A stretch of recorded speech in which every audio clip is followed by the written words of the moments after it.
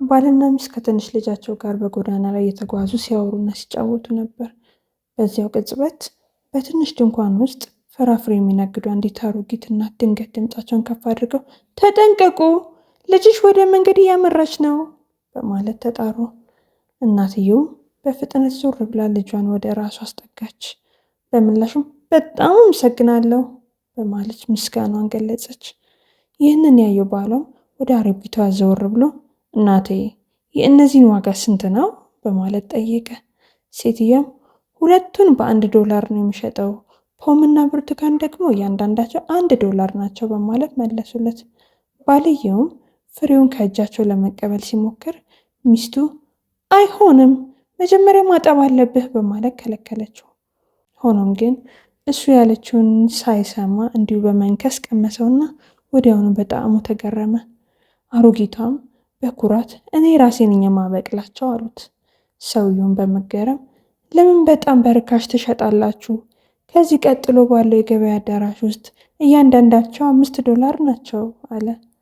አሮጊቷን በትህትና ጌታዬ፣ እኔ ተማርኩ አይደለሁም፣ ቤተሰቤን መመገብ ብቻ ነው የምፈልገው አሉ።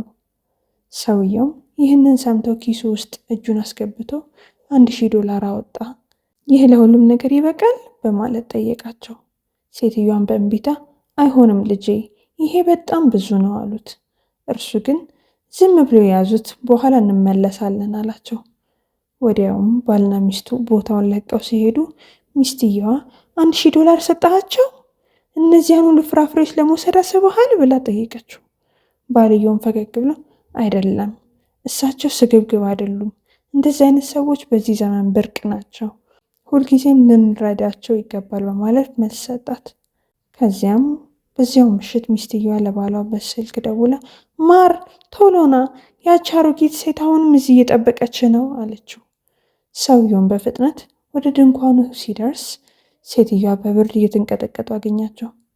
ሴትዮዋም እሱን ስታየው በደስታ ተሞሉና ጌታዬ፣ በመጨረሻ መጡ፣ እርስዎን ስጠብቅ ነበር አሉት።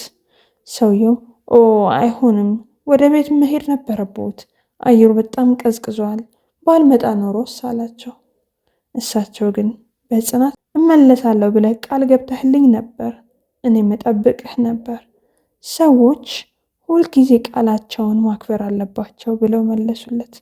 ቃል መግባት ቀላል ነው፣ ቃልን መጠበቅ ግን ዋጋ መክፈልን የሚጠይቅ ነው። ከምንችለው በላይ ቃላችንን እንጠብቅ። እኔም የምጠብቀውን አካል እጠብቃለሁ።